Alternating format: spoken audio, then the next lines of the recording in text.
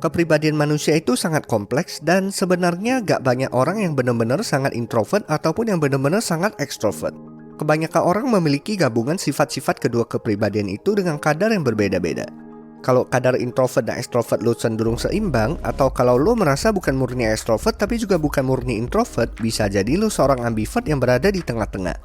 Kita udah pernah bahas tanda-tanda ambivert di video sebelumnya yang bisa lo temuin di link ini. Di video sebelumnya juga sebenarnya sudah dibahas beberapa kelebihan yang dimiliki ambivert. Video kali ini akan melengkapi apa saja yang menjadi kelebihan seorang ambivert. Video ini bertujuan agar seorang ambivert lebih bisa mengenal dirinya dan dapat mengembangkan dirinya dengan fokus kepada apa yang menjadi kekuatannya. 4 kelebihan ambivert. Ambivert itu rajanya sales. Anggapan umum berkata ekstrovert itu yang paling hebat kalau bicara soal sales atau penjualan. Tapi apakah benar?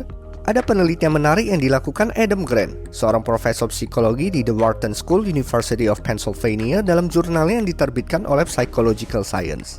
Hasil pengamatan Adam selama 3 bulan menunjukkan para sales ambivert bisa meraih rata-rata penjualan 32% lebih banyak dibanding extrovert dan 24% lebih banyak dibanding introvert.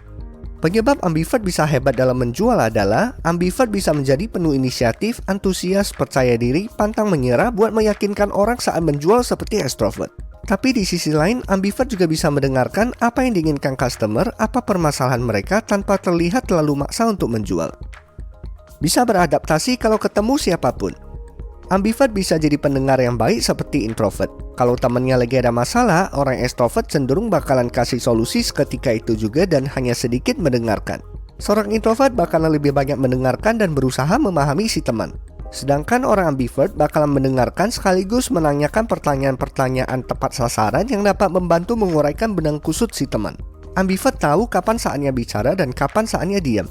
Dalam memimpin meeting, ambivert bisa membuka pertemuan tanpa kebanyakan bicara, kemudian memberi kesempatan kepada anggota tim untuk menyuarakan pendapat mereka. Selalu dicari buat jadi penengah. Di dalam sebuah tim, kalau ada introvert dan extrovertnya, terkadang merupakan tantangan kalau mau bekerja sama dengan baik. Alasannya kedua tipe kepribadian ini begitu berbeda sehingga mereka sulit mengerti satu sama lain.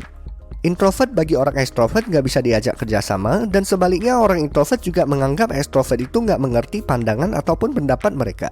Nah, kalau dalam tim itu ada ambivert, maka si ambivert bisa jadi penengah atau jembatan yang baik. Alasannya, ambivert itu bisa memahami kedua sisi dan sudut pandang dua-duanya baik dari extrovert maupun introvert, karena ambivert punya kedua karakteristik itu dengan kadar yang cukup seimbang. Punya banyak teman yang berkualitas. Ambivert bisa menonjolkan sifat ekstrovertnya untuk memperluas lingkaran pertemanan dengan orang-orang baru. Sekaligus, ambivert bisa memperdalam hubungan pertemanan itu dengan sifat introvertnya yang terkenal jago memupuk hubungan yang dalam dan erat. Mungkin teman-teman ambivert gak sebanyak ekstrovert, tapi kualitas hubungan teman-teman ambivert itu cukup dalam loh.